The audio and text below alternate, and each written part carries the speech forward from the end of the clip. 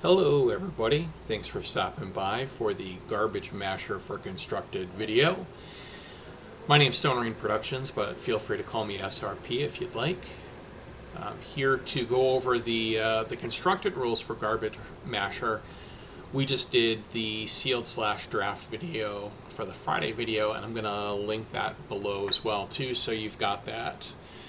This video, I should say this format is a little bit more all over the place because card ownership is kind of up in the air, and it's completely going to be up to you if this is something that you want to do. I'll go over the rules, how everything is done, and then we'll go from there on how everything plays out. So without any further ado, present Garbage Masher for Constructed. So I'm going to start with the third bullet point here. For constructed formats, be that Premier or Eternal, the deck size is going to be 50 cards. I want it to stay fixed here. I know that there are bases that allow that to be changed. We're going to stick with the 50 card limit and go from there.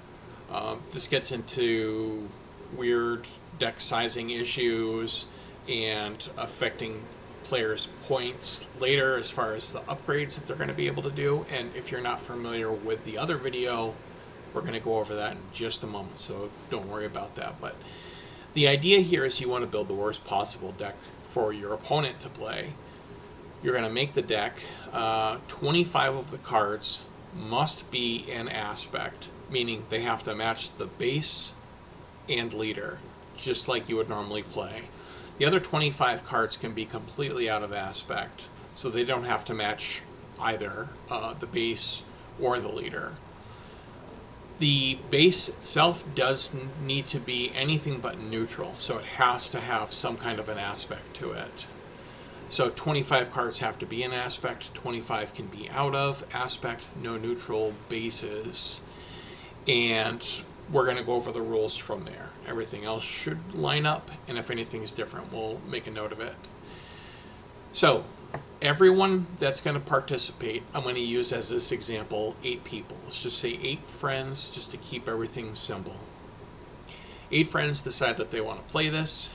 This is how they're going to go about doing it. Everyone's going to make their own deck. You want to build the absolute worst possible deck that you can make for somebody else to play.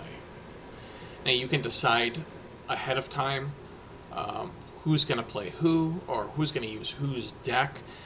The tournament itself, you can just use something like Melee if you want to decide who's going to play each other, but as far as the deck construction goes, decide ahead of time who's going to be playing whose deck.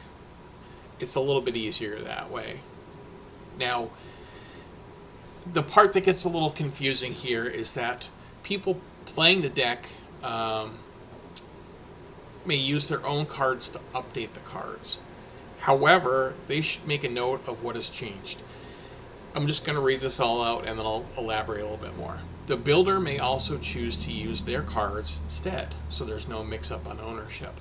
So the next part of this is how to update cards. There is a system that will allow you to swap cards out for the person that's playing it, so they can make the deck slightly better. It's just a very minor change.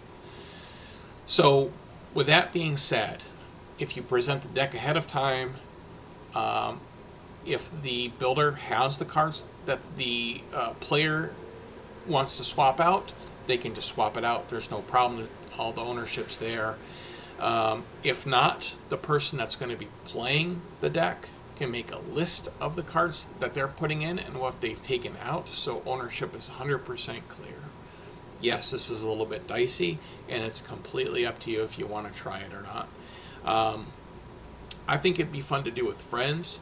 If you wanted to do it in store, that's fine. Another option is you could do something where it's just commons or just commons and uncommons and build decks around that. Certainly is an option that way.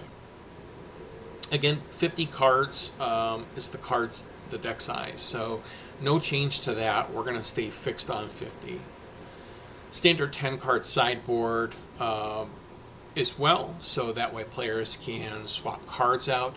We're going to stick with 5 cards are playable, meaning that they match the base and the leader combination, and the other 5 cards can be whatever at that point. So, as far as the decks, I know I mentioned the 50 cards already and the neutral bases. How the point system works and the upgrading works is you get 2 points for every 10 cards. So since we're playing Premier or Eternal, that's 50 cards. So that's 2 points times 5, it's 10 points total. How you spend those cards is coming up next, but total you can replace up to 7 cards in this 50 card deck. So the cards that you can replace any one card in the deck. For 3 points, you can replace one card with a rare or legendary of your choice. It has to be legal in the format that you're playing in. So if it's Premier, nothing like a DJ can come in.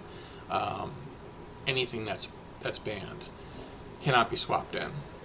But otherwise, 3 points for any rare or legendary, 2 points for any uncommon, and 1 point for any common. That means that if you have a legendary that you want to swap in for one of the cards, you would subtract 3 points from your 10-point total, and then you would just say that I want to use this rare or legendary, and that's going to get swapped into your deck. Same thing for uncommons and commons. Total of only 7 cards can be updated, meaning the deck size is going to be 50, and the most you can change is going to be 7. So you can make it so 43 cards that the deck builder built are going to stay in the deck, and then the 7 cards that you've used are going to be updated. You don't have to do the 7. If you want to just replace all commons, you can. If you want to just do 2 rares or legendaries, you can, and 1 common, you're welcome to. And the only difference from the sealed/draft version that I had is that you can switch your base for 2 points. Now, what does that mean? It's a little tricky because I want to stay with 50 cards. But here's the idea of this. So if somebody gives you a generic 30-point base of, let's say, Command, and you want to run ECL instead, you can use 2 points, swap that out. The gamesmanship comes into play here because if some of those 25 cards that are out of aspect kind of are all, let's say, aggression, and there's no aggression base or leader in the combination of the two, you can swap your base out to an aggression, and now those cards will become usable, or you won't have the penalty. So a little bit of gamesmanship there, and as far as how the decks are built, you have to take that into consideration too, because somebody can switch the base. Other than that, that is about it. Wanted to try to keep this simple.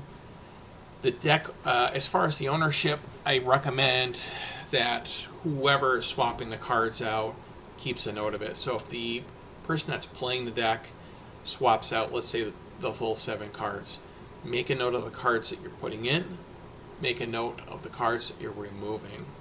That way it's completely clear on who owns what cards. Yeah, I know, I understand, and again, this is completely up to you if you want to play it. I think it's fun. It might be something you want to do with friends, but I could absolutely see this being fun with just your regular crew at your LGS as well too. But as I said before, if you want to do an all common version or an all legend or an all uncommon version, not all legendaries, that would be expensive, feel free to amend the rules, amend the points if you want. This is just a guideline. So that is it. Just wanted to say thanks for stopping by first and foremost. Also, if you like any of the content that you've seen so far from me, any new subscriptions very much help. New to Star Wars Unlimited, so any subs, also likes help out quite a bit. So if you could, please consider subscribing, and if you like the video, please give it a like, and that way it's going to help other people see it. One last thing before we go out the door, just want to say may the Force be with you. Thanks so much for stopping by, and be well, my friends. Take care.